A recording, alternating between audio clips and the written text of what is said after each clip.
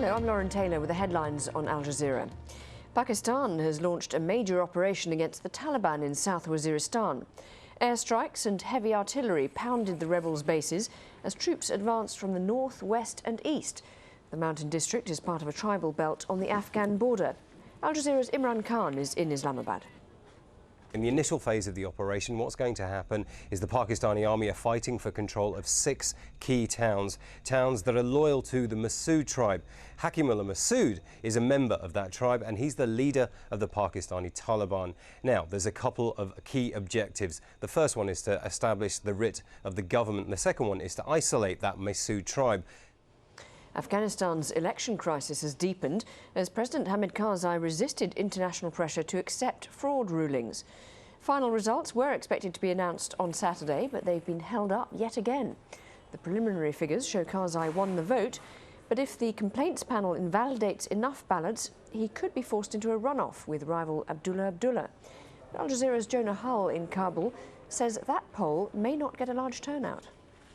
A big concern is that accumulated frustration and uncertainty over an election process that many people feel just hasn't worked could lead to disenchantment or voter apathy if there's to be a second round or in future elections. One thing you often hear people say is this: if my vote didn't count the first time, why should I vote again? Members of the Maldives government have held an underwater cabinet meeting to highlight the threat they face from global warming.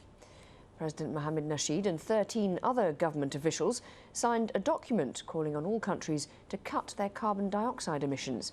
World leaders will meet in Denmark for the United Nations Climate Change Summit in December. Al Jazeera's Stephen Cole is in the Maldives. Politicians rarely admit to sinking to new depths, but the Maldives knows it's the best way to try and influence leaders in Copenhagen to sign a climate change deal. The very future of the Maldives as a nation state is at risk. But the politicians are pragmatic enough to know that the real decisions won't be taken underwater, they'll be taken in the offices in the capitals of Moscow, Beijing, Delhi and London. Stephen Cole, Al Jazeera, in Mali, in the Maldives.